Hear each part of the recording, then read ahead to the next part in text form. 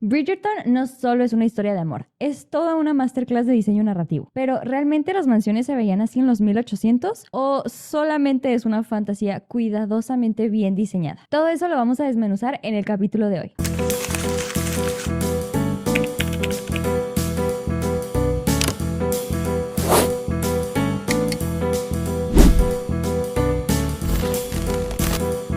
Hola, yo soy Nabila Castillo, diseñadora de interiores, y sean bienvenidos al episodio número 6.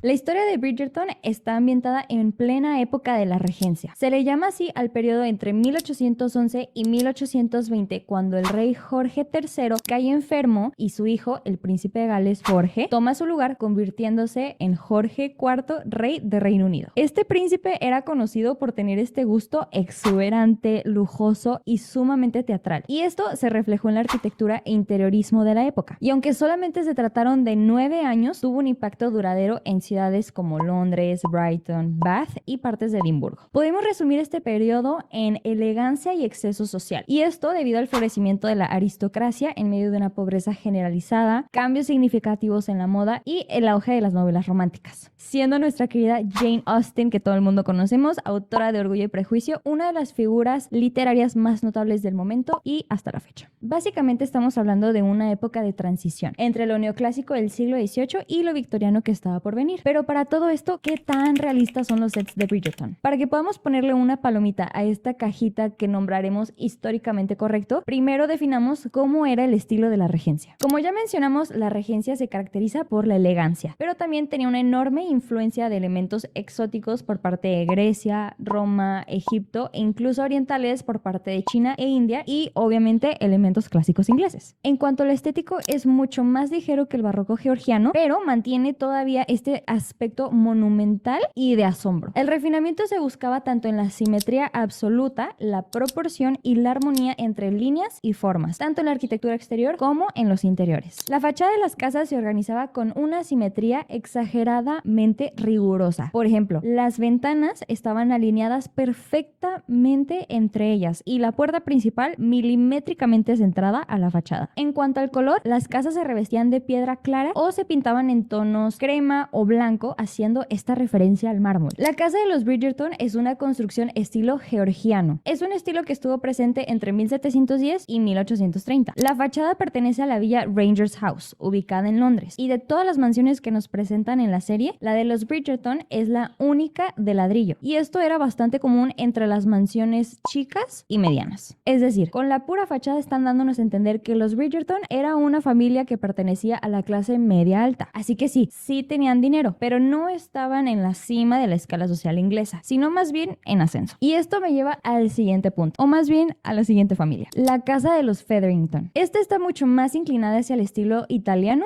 que el inglés. El arquitecto Michael Weitzner declaró que incluso cree que la inspiración detrás de esta construcción viene del manierismo, estilo italiano que surgió a finales del Renacimiento. De hecho, Miguel Ángel fue una de las figuras que desarrolló este movimiento en la arquitectura, aunque se le relacione con otros tipos de corrientes artísticas como la escultura o la pintura. ¿Recuerdan que les había dicho que la regencia tiene inspiraciones romanas? Bueno, toda esta ornamentación, las guirnaldas, medallones y estos motivos florales son parte de este movimiento. Ahora, la casa de los Featherington sí existe, pero su fachada es muy distinta en la vida real. Todas estas modificaciones fueron hechas postproducción. La fachada de esta supuesta mansión es en realidad la sección final del Royal Crescent en Bath, una extensa hilera de 30 casas adosadas, es decir, que las casas comparten muros laterales entre ellas, y es considerada uno de los mejores ejemplos de la arquitectura georgiana de Reino Unido. Pero bueno, ya que tenemos algo de contexto histórico y arquitectónico, entonces, ¿qué onda con los interiores? Primero empecemos con la distribución de los espacios. Como ya habíamos mencionado, las construcciones georgianas eran exageradamente simétricas, y los interiores no eran la excepción. Las habitaciones estaban construidas en fila, de tal manera que estuvieran conectadas entre ellas, para así poder ir de habitación en habitación sin la necesidad necesidad de salir al pasillo formando una especie de circuito. Los miembros de las familias usaban todos los espacios a lo largo del día, sin embargo los que tenían esta función de entretener era el comedor y el famosísimo drawing room, que no es más que una manera fancy de decir sala de estar. Algo que me parece súper interesante es que el drawing room era visto como una habitación totalmente femenina y el comedor masculino. Estas distinciones eran completamente notorias en el diseño de estos espacios. A menudo, después de cenar, las mujeres optaban por irse al drawing room y los hombres se quedaban platicando en el comedor. Es por eso que la mayoría de las construcciones, ambas habitaciones están separadas por un pasillo para que supuestamente no se molestaran entre ellos. Pero esto tampoco quiere decir que las salas de estar eran exclusivamente para las mujeres ni los comedores de los hombres. Sí había interacciones entre ellos en ambos espacios y esto podemos verlo en la serie. En cuanto a la paleta de colores, la regencia se caracteriza por tonos pasteles, como el amarillo, verde, azules, lilas y blancos. Estos tenían un papel súper importante y generalmente se aplicaban como colores base en las habitaciones. Por otro lado, el rey Jorge IV implementó los acentos en tono joya, es decir, borgoña, verde esmeralda, azul rey, morados intensos, este tipo de colores. Los Bridgerton lo hicieron muy bien. A ellos se les relaciona automáticamente con este azul polvo que podemos verlo en toda la casa, así como también en los vestuarios. También podemos notar el uso de papel tapiz floral y tampoco podemos olvidarnos de las cortinas súper cargadas y pesadas, pero que continúan con esta narrativa elegante. Por otro lado, la familia Featherington tiene una paleta de color cítrica de amarillos y verdes, además de un estilo muy recargado. A lo largo de la mansión podemos notar molduras, medallones, guirnaldas, columnas, arreglos florales enormes y accesorios de color negro con dorado que retoma esta inspiración egipcia. La ambientación de este set le da perfectamente al clavo, puesto que, como sabemos, Lady Featherington tiene esta constante necesidad de aprobación, de falsas apariencias de lujo y esta obsesión por pertenecer a lo más alto de la sociedad inglesa. Decorar por aparentar era muy común en la regencia. Históricamente, esta elección de estilo no sería viable, pero narrativamente funciona perfecto para mostrarnos que los Featherington era como la familia buchona New Money de la cuadra. Pero entonces, ¿los sets de Bridgerton son históricamente correctos? En cuanto a arquitectura,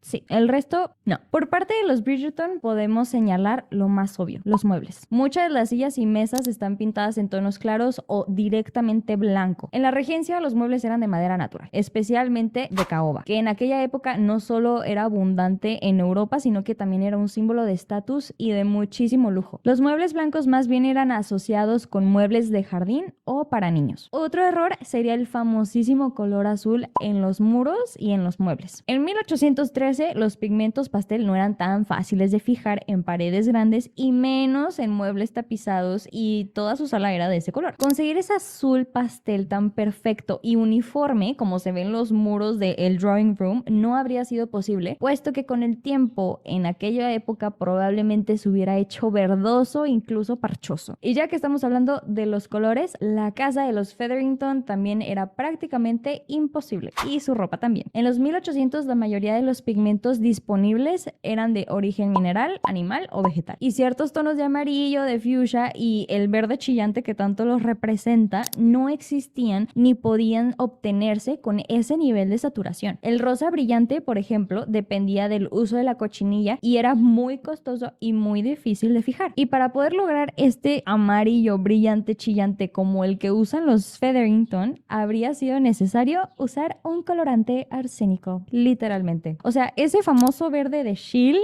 el super hiper mega tóxico que mató a medio mundo en la época de Napoleón, bueno, pues aparentemente no era tan común en la tapicería. En conclusión, Bridgerton nunca prometió precisión histórica. Es una reinterpretación. Y no todo es fantasía. Usaron, como ya dijimos, locaciones reales, como la Rangers House para la casa de los Bridgerton, Royal Crescent para la de los Featherington, Wilton House para el palacio, así como muchos otros. Los techos altos, las molduras, las columnas, todo esto es históricamente coherente. También el uso del espacio, la simetría de la arquitectura, los materiales nobles, hay una base sólida. Bridgerton es una representación romántica y maximalista de cómo nos gustaría recordar el pasado, no como realmente fue. Y en eso el diseño no se aleja de la historia, lo reinterpreta. Y como diseñadora me parece espectacular cómo el diseño de interiores puede contar historias más allá de la fidelidad histórica. Pero ¿ustedes qué les parece? ¿Prefieren que sí sean históricamente correctos, que sea copy-paste tal cual si estamos hablando de una película de época o prefieren la libertad creativa. No sé, déjenme en los comentarios qué es lo que piensan al respecto. Por alguna parte de la pantalla estará apareciendo mi TikTok e Instagram, es el mismo usuario. Y eso ha sido todo por el video de esta semana. No olviden suscribirse, darle like y interactuar con este video. Si les gusta este tipo de contenido, déjenme en los comentarios qué otro show, qué otra serie podríamos hacer como este mismo ejercicio, porque no sé, me gustó mucho. Aparte, yo soy bien nerda, me encanta la historia.